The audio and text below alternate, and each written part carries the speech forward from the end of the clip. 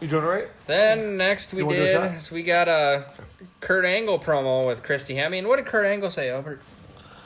Basically, as a babyface promo, almost in the vein of Jeff Hardy, he pretty much put over Daytona Beach. He put over he's going to win the title. If he doesn't, he retires, and he'll accept whatever the result is. Pretty much a blueprint for the babyface promo. Okay. You accept what you so. Oh, I'm sorry. You get in the match, you accept the results, and you go on from there. So then we had the triple threat match for the TNA World Title: Jeff Hardy versus Ken Anderson versus Kurt Angle. Normally, I do list the champion first, but the champion at this point is vacant. So that will come into play. That fucking guy. I tell you. Vacant. He's everywhere. You know the vacant champ has been champ numerous times more than anybody else.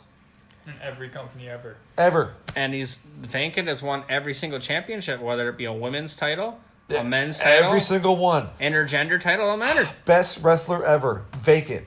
VACANT. Don't get it confused. Best wrestler ever. True that. Also, was in any circumstance, by the way.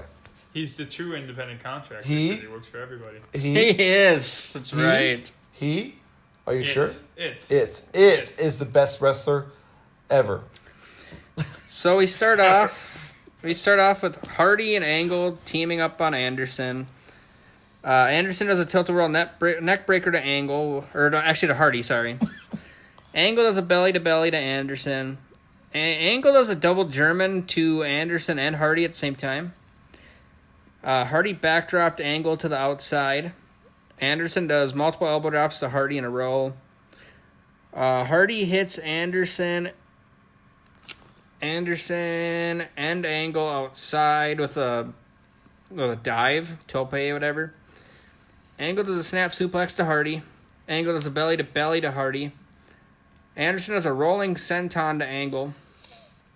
Hardy missed a swanton. Anderson does a powerbomb suplex to Hardy and Angle. So it's a superplex powerbomb thing. Angle hits 3 Germans to Anderson and then 3 to Hardy. Angle does a double ankle lock to Anderson and Hardy at the same time. Anderson does the Green Bay pounce to Angle from the top rope. Hardy does a swanton to Angle and Anderson because Anderson decides to pin Angle after that Green Bay pounce. So during the pin. Great 2 count there. There's an Angle slam to Hardy. Angle does the Angle slam to Anderson off the top rope. Hardy does the whisper in the wind to Angle. Hardy does the twist of fate and the swanton to Anderson. Angle does the ankle lock to Hardy. Anderson does the mic check to Angle. Angle does a moonsault to Hardy. There's a ref bump. So the ref gets clotheslined. Canary. Anderson does the mic check to Angle again. Eric Bischoff comes out with a chair, which prompts Hulk Hogan to come out on his crutches. Who's behind him?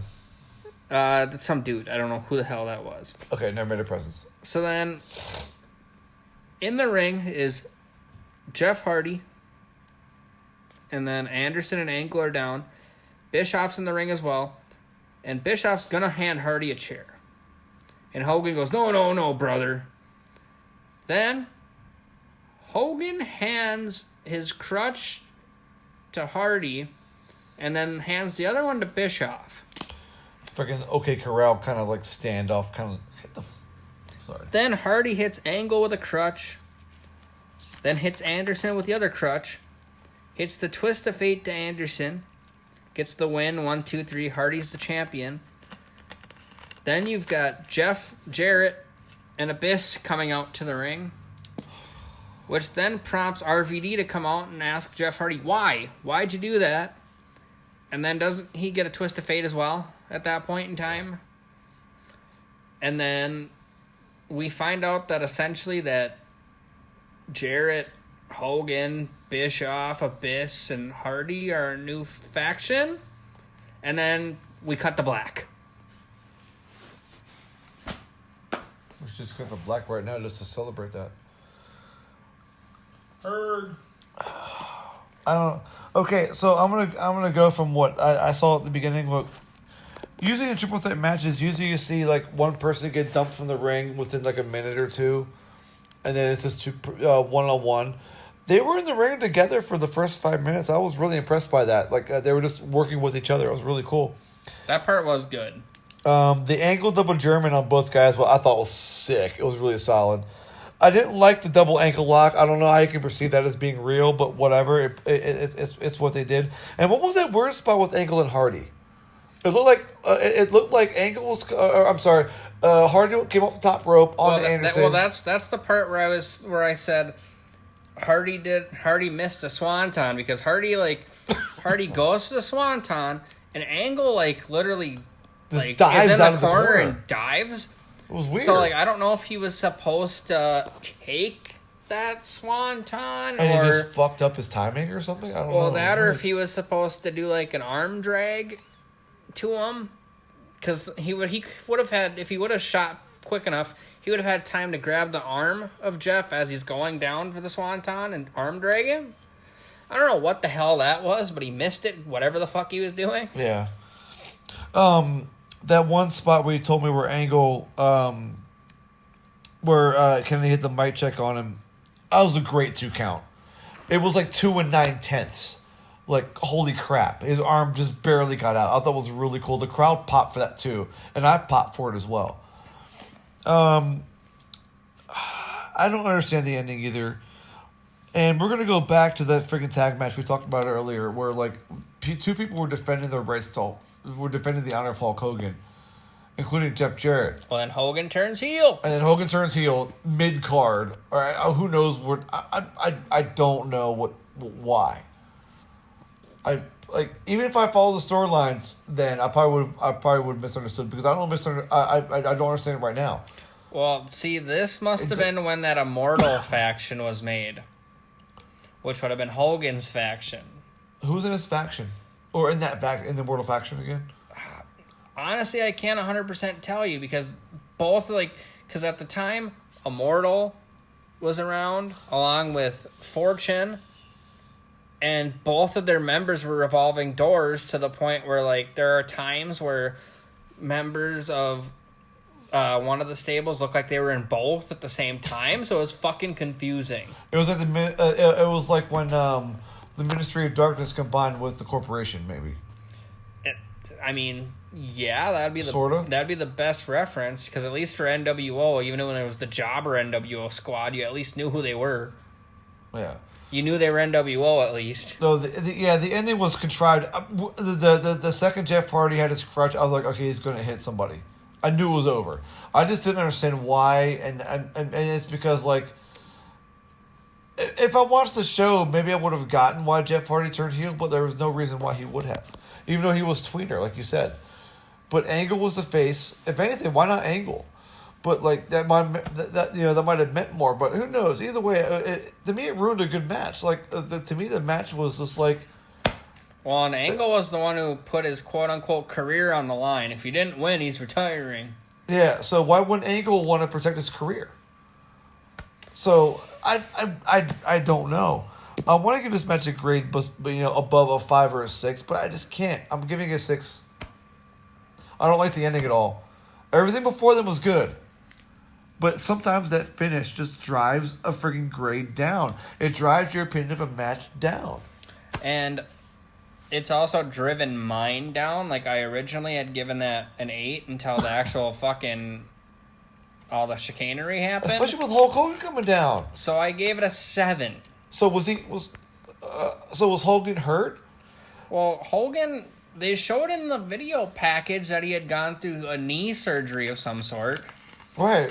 So, I don't know what the hell is going on. I don't know how long ago that footage was taken.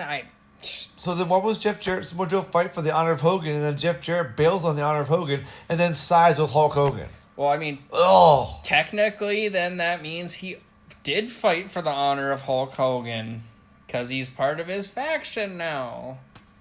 And then Samojo's not, so what? It's fucking confusing. Yeah, like you said. This pay-per-view ending leaves more questions than answers. And you know what? It's the WrestleMania, which even WWF has fallen prey to this. They leave more questions than answers on the the ultimate show where the comeuppance comes, the storylines end. This is their repeat of WrestleMania 17, and they didn't do it as good. Correct. Even like what was it? Mike Tenay said like Jeff Hardy sold his soul to the devil. Yep. We all caught it. Like, come on, dude. Even I caught it. And you're half comatose. It was even more so. You're dead. So like the crowd, I'll give them credit. They were still into that. Yes, they were. They were throwing shit in the ring. And that was one of arguably the saving grace for the show was the crowd. Because like I can watch any wrestling show if the crowd is into it, I'll go be into it. Maybe I'm a mark, I'm not sure, but watching on TV and seeing a crowd react to everything, it helps. It does help. I will say that. Because if you see a bunch of people just sitting on their hands, you're not going to be like, oh man, this is pretty good. They're really enjoying this shit.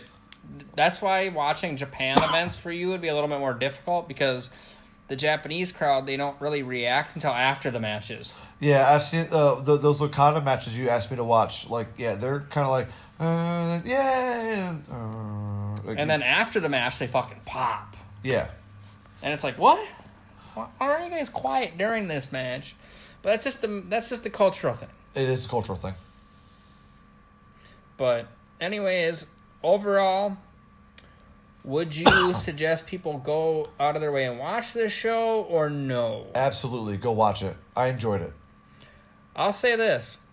If you got a couple hours to kill and you want to watch something, go for it. But, like, if you don't have that much time, just go out of your way and watch the Monsters Ball match and the tag title match for sure.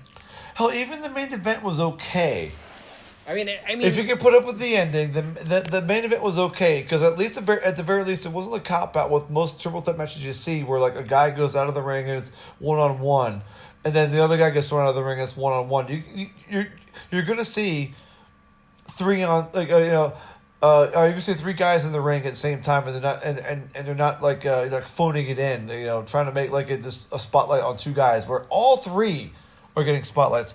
Even going back to the women's the knockouts match, they were all in the ring and doing very well. It was just the format of the match was just horrible with the tag stuff at the beginning of it.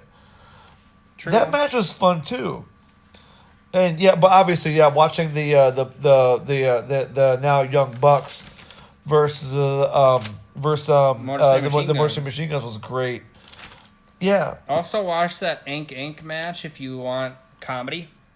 Yeah. If you want to laugh, that match isn't super long, so go ahead. Yeah, and you won't get too upset about it because like it really doesn't factor into anything. But it is what it is. With even the Jay Lethal match was a little bit fun for me. But if you like Jay Lethal, go watch it. It's not bad, but like if it was a little bit longer, it'd been great. But I don't know. So, but yeah, seeing Eric Young doing the rulebook shit for sure was fun.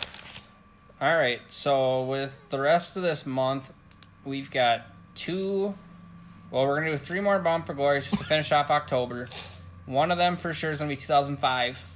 Yeah. Then we're going to do 2018, where the main event is Austin Aries and Johnny Nitro / Impact / Morrison. / Mundo / whatever the fuck you want to call him. And then there's going to be one more mystery Bound for Glory. Okay, well, they're all mysteries to me, so.